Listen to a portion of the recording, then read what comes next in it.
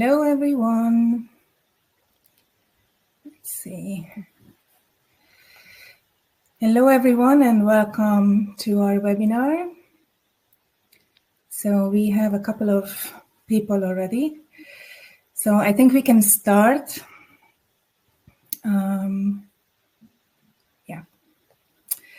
So hello, my name is Regina Fulop. I'm representing Yourway Education today.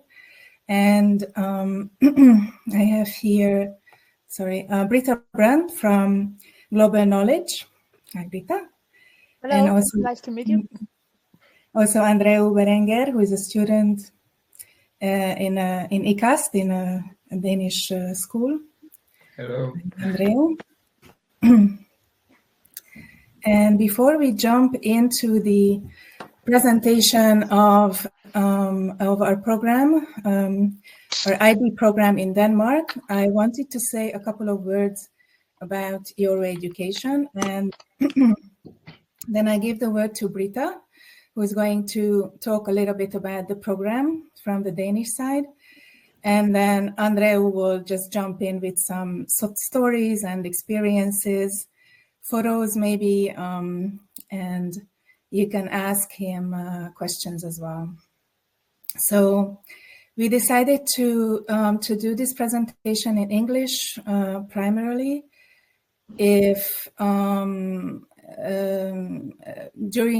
Andreu's part, you can ask him questions in Spanish. You can place questions in the chat. And then maybe we will see how it goes. If you need Spanish translation, then Andreu can help in this one. Okay. So let's see if I can start. So as I said, I'm gonna say a couple of words. Just I try to be quick with my part, so we have more time for Britta and Andreu. So about Yourway Education, some of you who are here, you already know us a little bit. I usually highlight just 4 major things about the company. We are a family-owned and family-operated company, and our focus is always on our students. Both academically and in a sense that we want to take good care of them during the programs. We are an international company, so it means that we have offices in various countries. We also have international teams who are just cooperating, collaborating across the countries, across the offices. So it means that through this kind of collaboration work, we can offer you high quality programs for lower prices, because we can just share tasks between us. One of our key point is that we choose who to work with. So we choose really carefully our local partners. We always work with local partners in every country we are offering programs in. And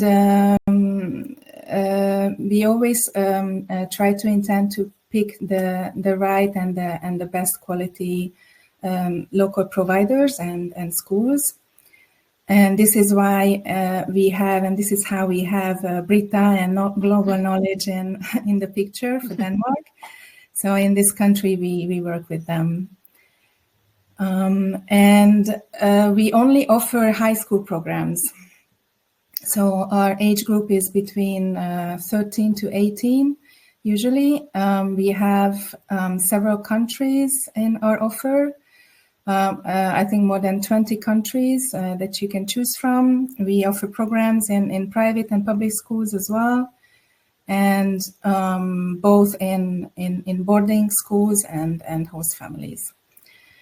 And one of our key program is actually the IB curriculum that we offer in many countries.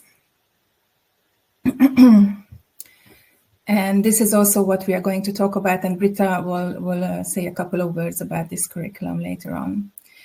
So, as I said, we have several offices in Europe. We are present in Spain, Portugal, and Hungary. And we also have operations in Brazil. Now, if we look at our numbers, usually our priority is to offer quality over quantity. So it means that we don't take on hundreds of students per year. Usually our annual numbers are between or around 85 to 100 students coming from the 4 nationalities that I mentioned. And as I said, we have around 20 countries of destination. And what's interesting to know is that 20-25% of our students choose the IB programs throughout the company, while in Spain, the IB program is the star program, let's call it this way. So most of our students, around 70% of our students, are in IB programs, both in Denmark and in other countries.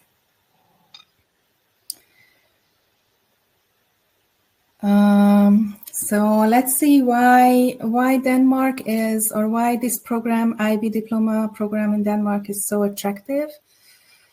Well, first of all, because of Denmark, as it's part of the Scandinavian countries, I think we can all agree that they are very attractive countries at the moment because of their security, their social values, their standard of living, quality education.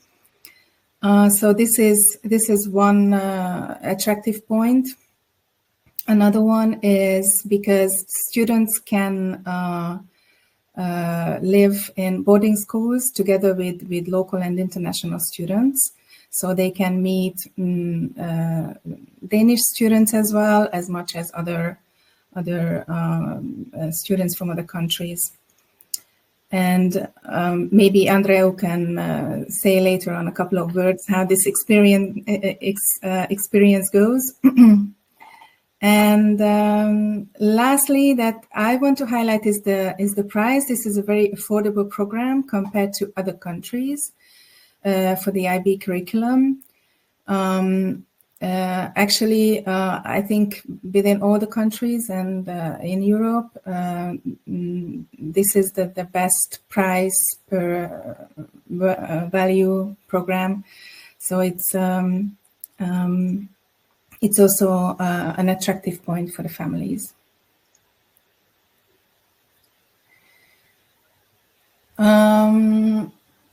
So in Denmark,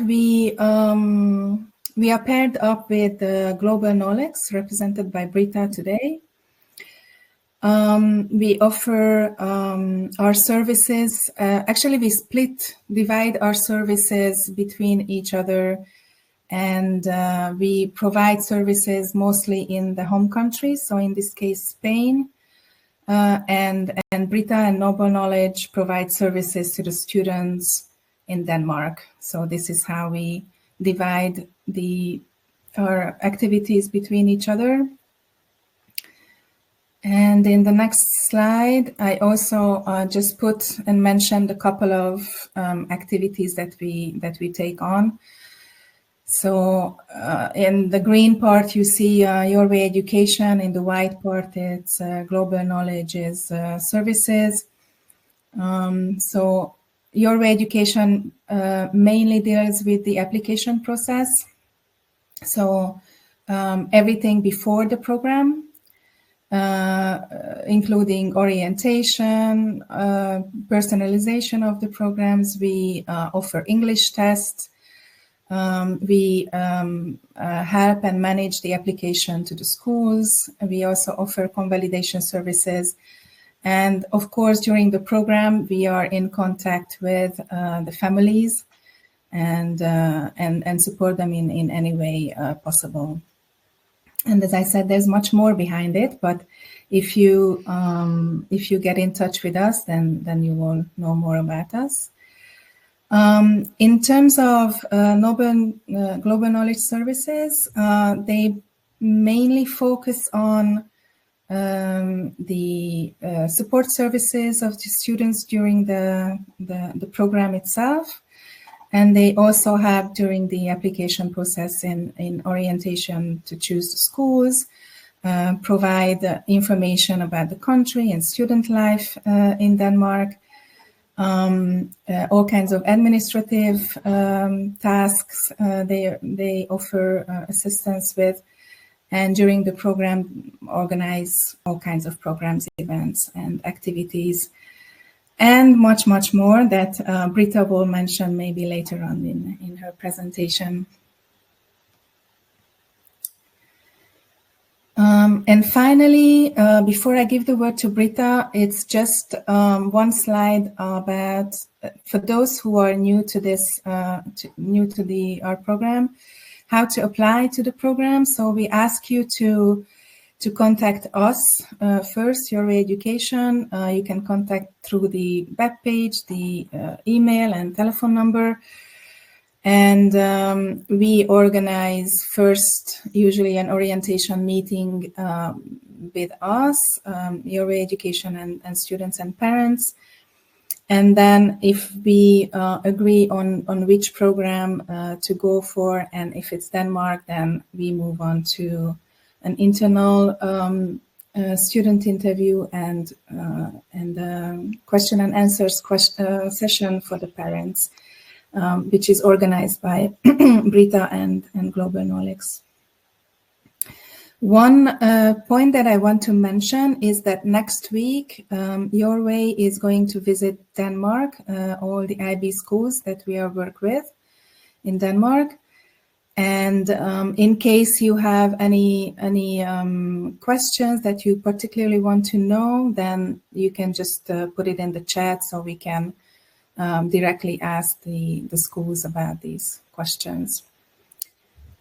Okay, so that's all what I wanted to say about Yourway, and I give now the floor to Britta and Andreu to give an interesting presentation about Denmark. Thank you very much, Regina. Yes, like you say, we are representing Global Knowledge, and Andreu is one of the students in Denmark and inside the program. And yes, just shortly about background of Global Knowledge. I've been working with, I'm the manager and owner of the agency. I've been working with international students for around 15 years as a host family and as a volunteer, and in, I think, generally all kind of levels inside international studies and classical exchange programs. And a few years back, I realized that it's also students coming to Denmark and live at the boarding schools, but without all the support that are usually known from the classical programs. Like, we don't offer a host family, but we offer the help and assistance that students usually get in a host family or from their own parents when living at home. We offer events and activities, and we try to be an all-over service. And I realized that this was missing in the market, so that's why I 3 years back started Global Knowledge. And now this year we are 35 students connected to the program, and I expect from next year to be even much more. So we are growing and making more and more activities for the students. Today we're going to talk about the student experience. I will explain you shortly about how IB and pre-IB works. Pre-IB is a special Danish invention. I will show you which schools we are working with. I will give you a short introduction to the support that we offer in the program, and in the end, some bonus facts good to know about Denmark.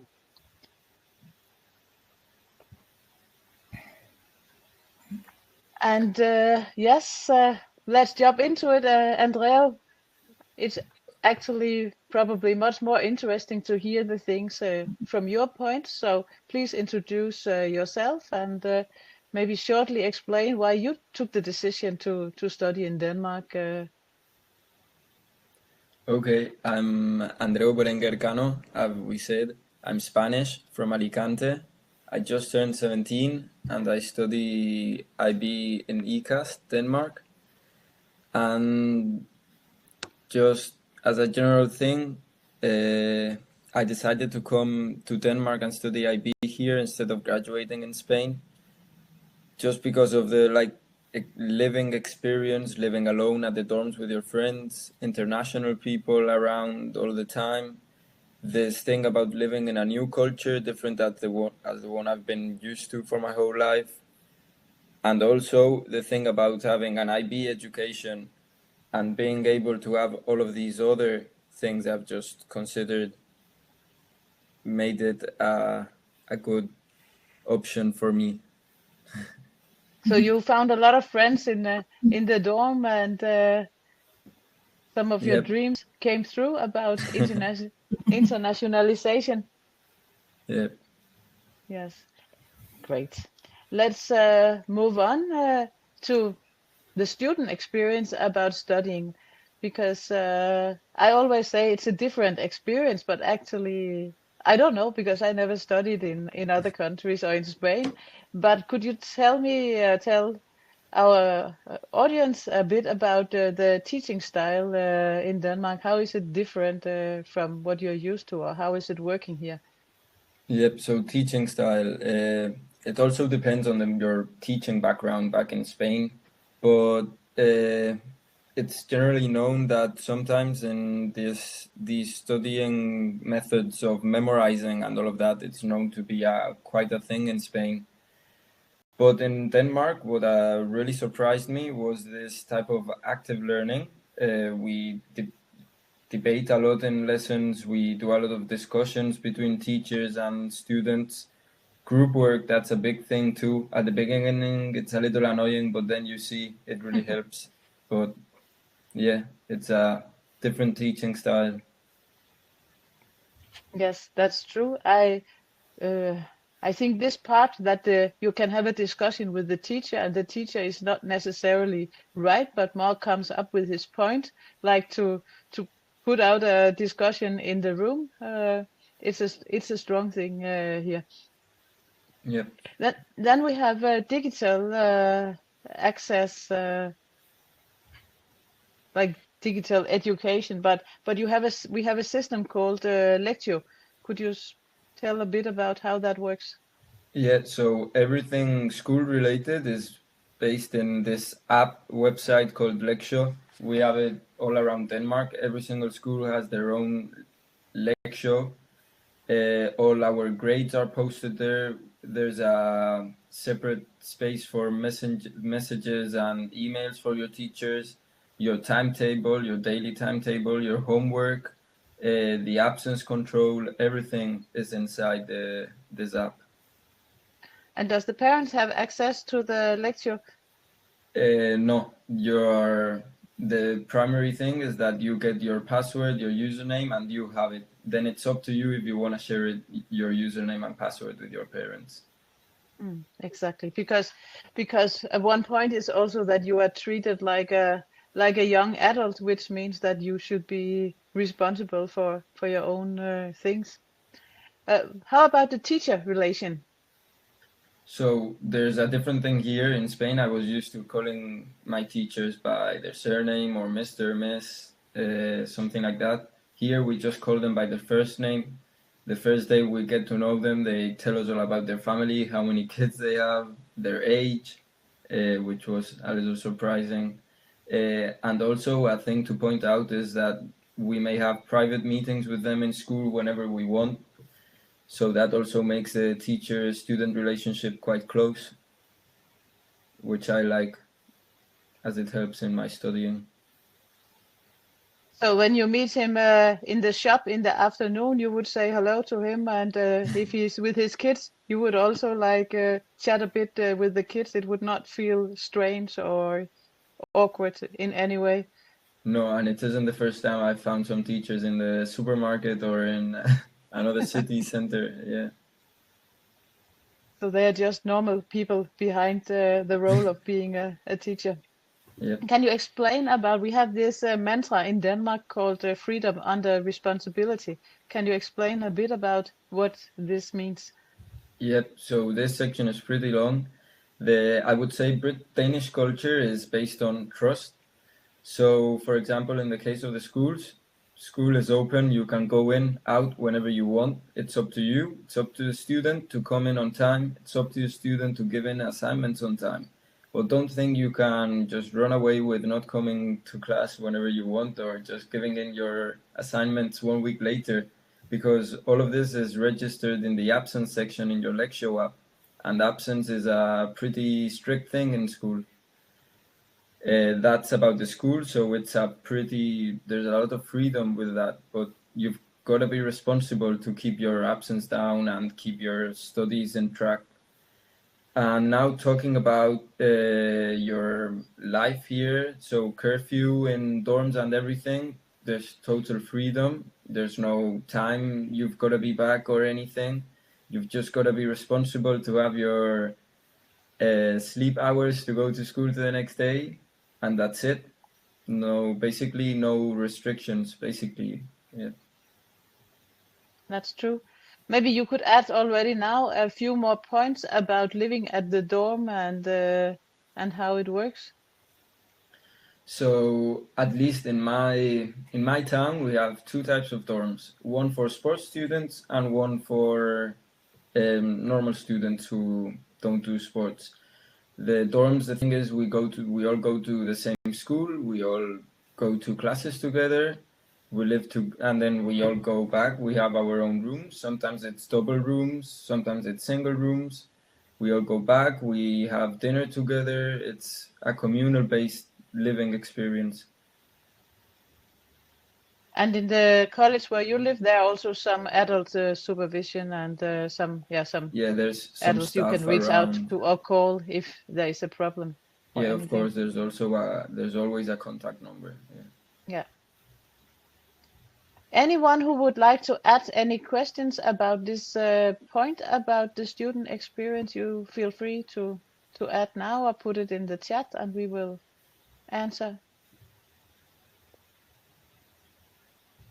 Okay, let's move on to speak a bit about how IB diploma works. Very shortly spoken, IB is a 2-year education. You will get a diploma in the end, and the diploma gives access to, in principle, all the universities in the world, because it's an international recognized diploma. So it's a good place to start your education. You will have different classes. Basically, they are divided up in 6 groups, and you have to choose one. You have to choose one elective from each group of the. You see them on the screen: language and literature, and language like group 2 is a second language. Social, individuals and society, natural science, mathematics, arts, and 3 of them you would choose on high level and on standard level. And then you have 3 mandatory classes like extended essay and theory of knowledge and cash services. But I guess it will make more sense if you explain, Andreu, how you have built up your timetable or your diploma. The IB diploma is based on 7 subjects, let's say 7. There's one compulsory one, which everyone has, which is TOK, Theory of Knowledge. It's, a different type of subject. I've never had it before. And then the rest we've got 6 left. 3 of them are normally your higher levels, and 3 of them are normally your standard levels. And then you get to choose from each group whatever subjects you want and whatever subjects are available in your school. Don't be scared if the first time you choose them you're still unsure about what you want, because once you're in school, you can change them by the first few weeks in school. That's not a big problem. And then what you talked about, these mandatory classes projects, those are the core subjects, which everyone has to do. Extended essay is a 4,000 word essay. I think everyone does about your favorite subject. Then theory of knowledge is what I talked about. It's similar to philosophy, but the first thing they'll say once you get to class is that it's not philosophy. And then the creativity, activity, and service, we normally call it CAS, which is just, you'll just have to post on a special website the school gives you, maybe once a week or something. They recommend to post something once a week so that the IB sees you're not just studying, that you also do extracurricular activities. As activity would be sport, creativity maybe would be painting or doing creative stuff. Service would be maybe volunteering at a canteen or volunteering somewhere. And that's also compulsory in the IB to be able to pass here. Yeah, thank you. Anyone who have any questions about the electives that must be chosen? I can add, like if you're like very interested in, for example, social science, you could choose instead of in group 6. It's in principle not mandatory to choose from group 6. Then you could choose, for example, both global politics and business management, or you could, if your interest goes more for the natural science, you could choose both biology and physics. So it's also, the point is that you prepare yourself for your future studies. So if you already now at this moment know what you want to study in the future, then check out which classes are needed to get access to this university degree. And about the question Anna just made, what do you want to study, Andreu? In principle, I want to do something related with maybe international law or international relations, so this kind of human science thing. So I also like business. And just as an extra thing, I chose as my subjects 3 higher levels. I chose German B, English A, business, and then as standard levels I chose mathematics, analysis, sports science, and there's one left. Something. Yeah. You will see on the last day for the exams which one was the last one. Okay, and how to get access to IB? I just went very shortly through it. To go directly into IB, you need to have 10 years of completed classes from your home country, or if you come from a school system, I think it's not exactly from Spain, but in Spain you can get usually after year 10. So if you have 12 years in completed in your national education, then you can start from grade 11, which will be year 1 in IB. Then you need to be really good in English and mathematics and biology or science. We need to need to have a recommendation letter from one of your current teachers. You need to be a EU student. And you need to show an independent and mature behavior. And why is that? Yeah, that is actually because your parents will be far away, and you need to be able to organize yourself, get up in the morning and take care about your studies and do your laundry. You have to organize your life on your own from the moment when you move to Denmark and start studying. So I can help with a lot of things, but as I usually say, I don't come and knock anyone up in the morning. I don't come and do your laundry or clean your room for that matter, but most other things we can help and assist on. That was maybe Adrian. Do you need to study? No, generally don't need to study biology. You probably already have biology or other science classes in the school, in your current curriculum. But if you go into the first year of IB, it's good to have a basis on Yes. the subjects you choose, because it's not a simple thing. Anna asked, what if you no longer have biology or math? I think it will be difficult to get admitted. Maybe they can do some of the school an exception, and you could start in pre-IB to catch up what you need. But you will need these classes to get admitted.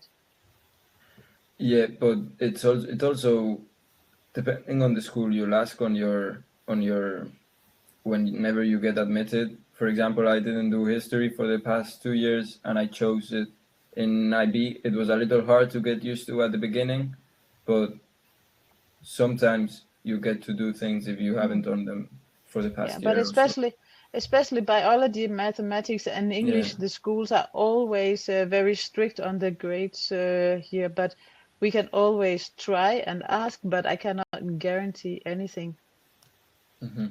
Adrian, I think no problem. If you have chemistry and physics, I'm pretty sure we can help you to find a school that will admit you. Yes. Did we catch all questions? I think so. Yes, yes. Then about pre-IB. Pre-IB is a Danish invention. It's a preparation year for IB diploma. It's actually invented because in Denmark we have only 9 years of mandatory school in primary and in secondary school. So the IB itself, it requires that you have minimum 12 years when you finish your high school studies.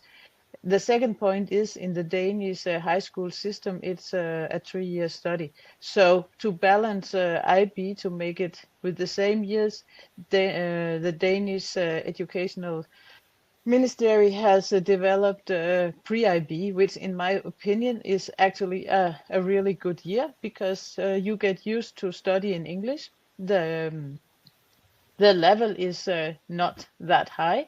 So you also have time to get used to do studies and live and find out how it is to live on your own. So it's a little bit, you're not under the same pressure from day one as you are in IB, where I think you agree on that, Andrea, that the assignments, they started pretty much from the first weeks that you had homeworks to do. Or... Yeah, that's true. And you have some friends who are in pre-IB. Do you know some of their experiences with pre-IB? Yeah, some experiences. So pre-IB is this extra year Danish have at the beginning, but I do recommend it. I didn't do it, but the rest of my friends did. It's a year where you get used to Denmark. It's not as hard as IB the 2 last years. So you get more time to get used to it. You get more time to be with your friends. It's still hard and you still have to do schoolwork, but it's easier to get adapted to the Danish living if you have more time and school is lighter on you than if you directly jump into the IB program. It also helps with getting used to the IB system, because it's different. It's not the same type of learning and ways of the exams are composed differently and everything. Exactly. Thank you, Andrea. Any questions about pre-IB? I saw one question about Dime. No, yeah, you saw it, Andrea, while I was asking estudiar. Lo de ADE, que si quieres estudiar ADE, los grupos no me los sé de memoria, pero mientras elijas business, creo yo que eso te ayudaría bastante en los estudios, y a la hora de aplicar creo que te mirarán bastante si has hecho algo relacionado con empresariales o algo así que business. Y después de matemáticas hay 2 tipos, analíticas y aplicadas. análisis. Las aplicadas normalmente son las que elige la gente que quiere hacer algo más relacionado con empresariales y cosas así. Las de análisis son más enfocadas hacia una ingeniería o así. Entonces, para hacer AD, business, matemáticas aplicadas, cosas así, sí que...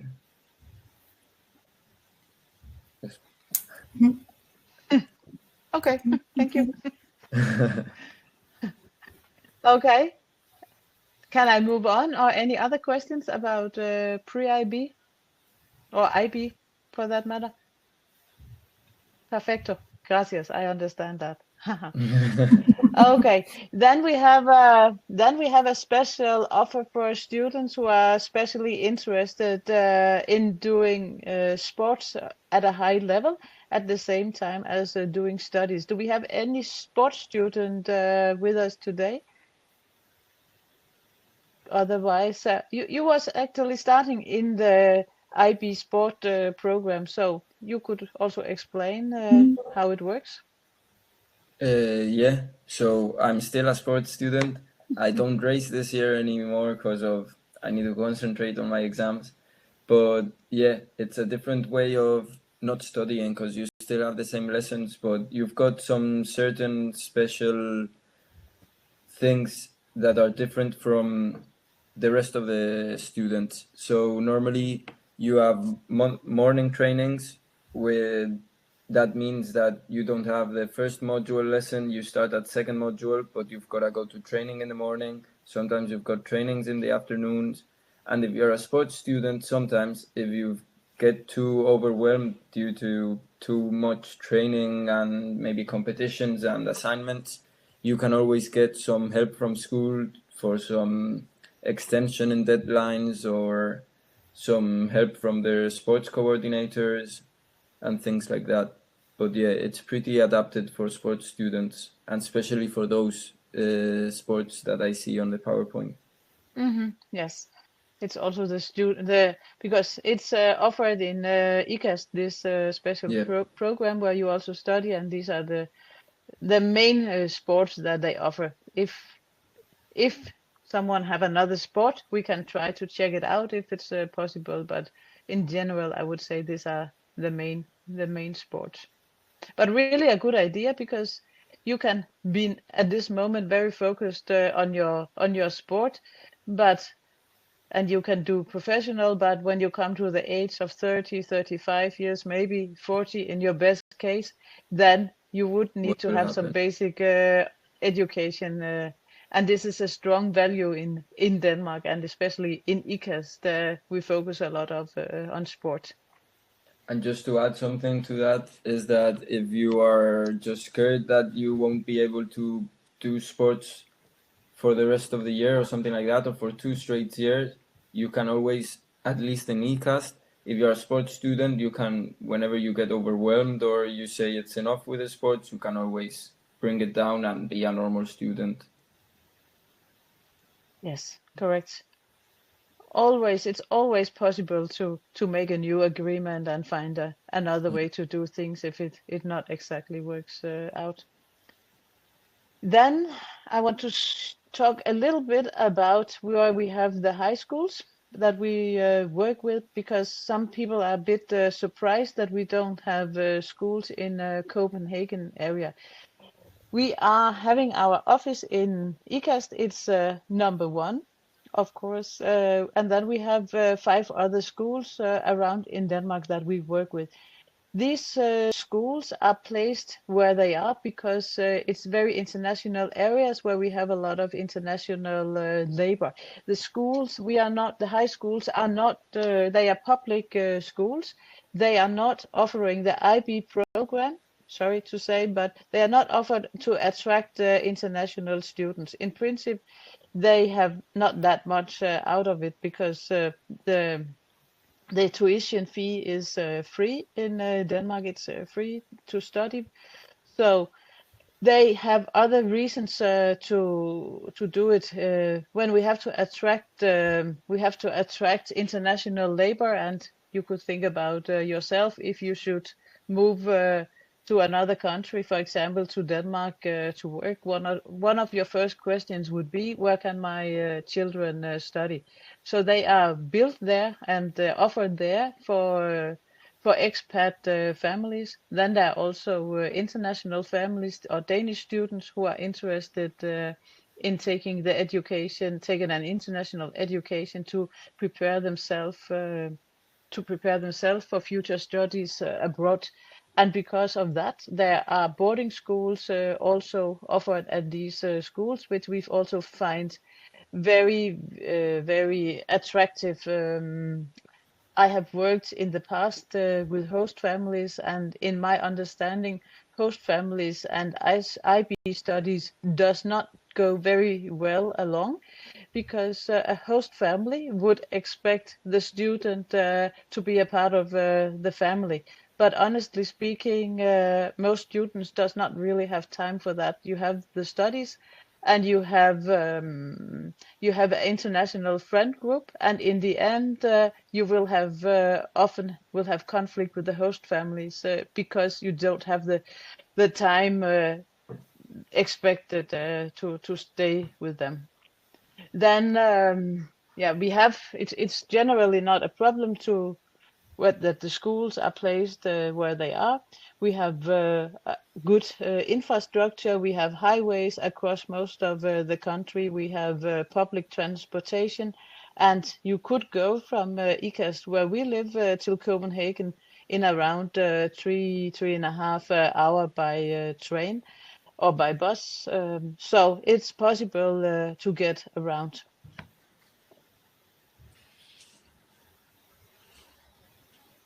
Any questions? No. I don't see any. No, either do I. Then I will speak shortly about the program that we offer from a Global Knowledge site. Like you said also, Regina, and thank you for that. We offer a lot of different things. First of all, our program is based on the cooperation with our national partners who offer all the things that you already explained into the program. Then we have a web page where you can look up a lot of information, basic information about how to study, not how to study, but how to live in Denmark, how to travel, how to get to the doctor, how to use the library, all these kind of things. The whole digital system is explained.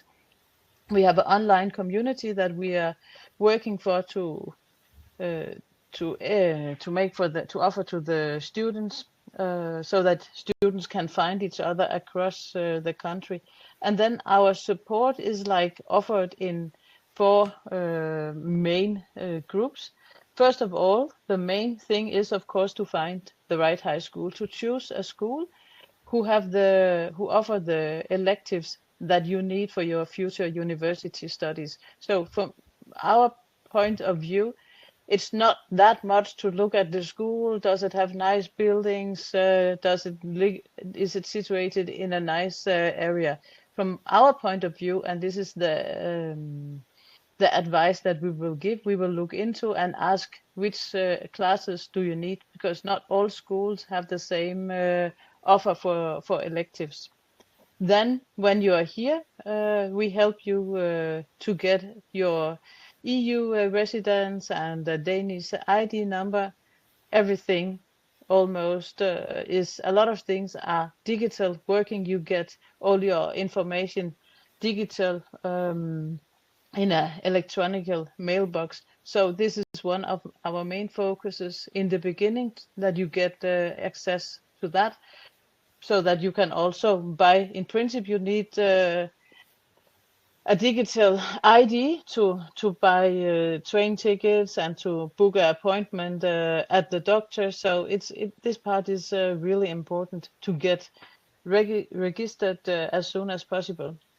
Then we have every month a contact with the students through our local contact persons. We advise on how to adapt in a new culture. We have a 24/7 emergency number in case that something comes up that the dorm is not able to help about. It could be to drive you to the doctor or book an appointment, or in case you need to go to the doctor, we would offer a service to drive you there, or to the hospital, so that you are not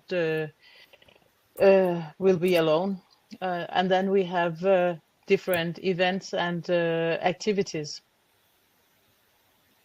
Andre, could you maybe explain a little bit about your experience with our services?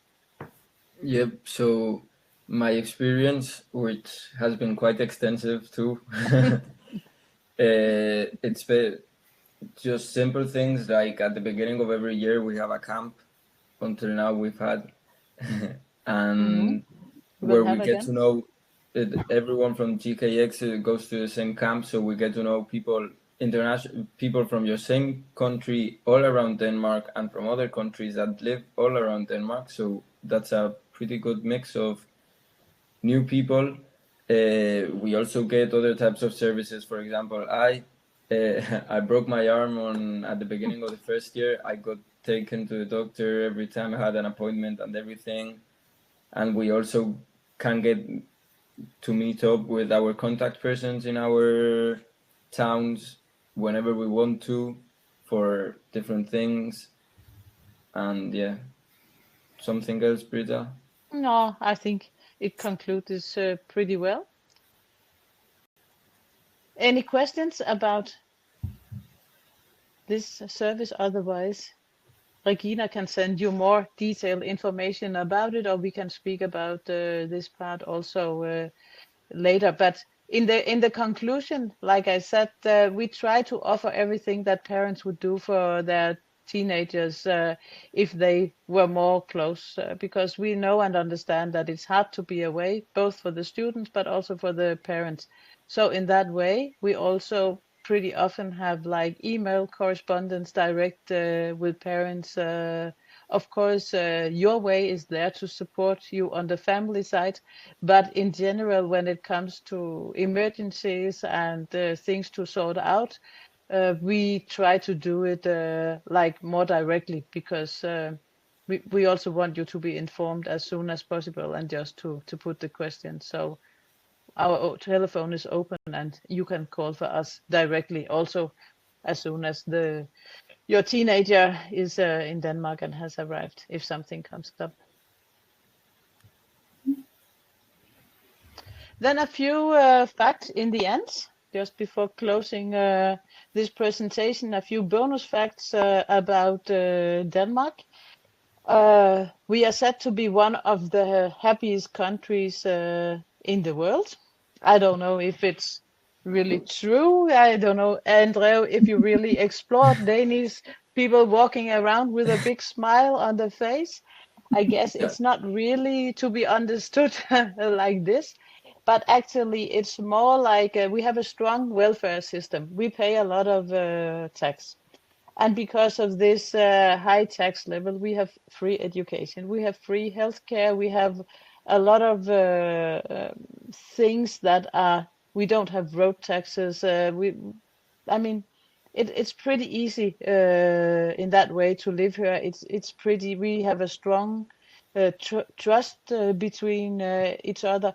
We believe also in the young generation. So, like we try to give trust. There is a low hierarchy between people.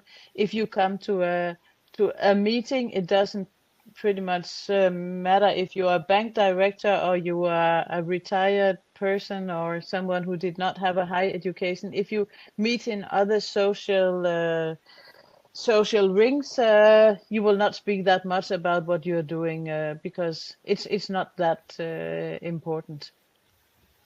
Then we have, most Danes speak English at a pretty high level. It means that you can communicate. You can go to the shop. You can go to the shop and buy something and ask for help, and people will help you. It doesn't matter if you ask in the shop or a police guy or in the hospital. You can always find someone who speaks English. I don't say that it's not like that in Spain, but I've traveled pretty much around the world, and I found a lot of places where people did not speak that much English, and it was complicated for myself to make myself understandable. And then in the last point, I will just mention the point about hygge. I think Denmark is pretty much known for hygge. It's I guess it comes from the point actually that it's cold and rainy here for a big part of the year, and I think, Andrea, we just have to tell them and share this secret that it's colder here, it's more rainy, and it's more windy. Because of that, all three. Yeah, thank you. And because of this, we need to find something else. So we meet inside. People do not meet that much with friends in restaurants. We invite people home. And like you also said, you have experienced that your contact persons are inviting you home and to come for a dinner. We like to turn on candle lights. If we have a we invite people home to do things and to meet there and to make it as cozy as possible. Hygge means coziness. Yes. Any other? Yeah, it is good. It is nice, and there's always a reason to drink a coffee or a wine with a friend, no matter if it's a winter or summer. Mm-hmm. Yeah. So in the end, this was our presentation. I hope that you found some inspiration to apply and go on with your thoughts about studying abroad, and perhaps in Denmark here. We have a few photos from students' graduations and the DKX group from last year, where we had actually 3 students who graduated. You see they have the cap. The cap is very old Danish things that in the moment when you, or not in the moment, but when you graduate, it's common that you take this, get this cap or buy it at least. And then inside you could write different things. Each education has different colors on the tape around the hat. So there are a lot of traditions connected to that, and I don't know, Andrea, are you going to order a cap for your graduation? Yeah, I just ordered it last week. You just ordered so, it. Yeah. So you will have it and you will wear it. Yeah, a different tradition. Yeah. Yes, but very Danish tradition. I don't know what you have in in Spain. I know that in the US they have this cap and this big hat. So we have it like here, and then also like you see on the photo, especially the girls mainly wear white for their graduation parties.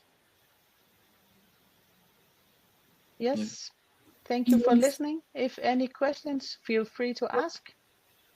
Otherwise, I will say thank you for your time and for your attention. Thank you, Britta and Andreu. I'm just checking there was if there's any questions here. Okay, so any further questions you have, you can just direct these questions to us. As I mentioned, you find our contact points on our website, yourwayeducation.s. And thank you for all the attendees for coming. I hope you found it interesting. We are going to publish this webinar on our YouTube channel, so you can check back if you missed some information. And well, I hope to see you, all of you, coming towards us in the next days or weeks. As I mentioned, we are having a visit to Denmark next week. So in case you really want to have some questions, you can just direct these questions to us, and then we can talk about these with Britta and the schools directly.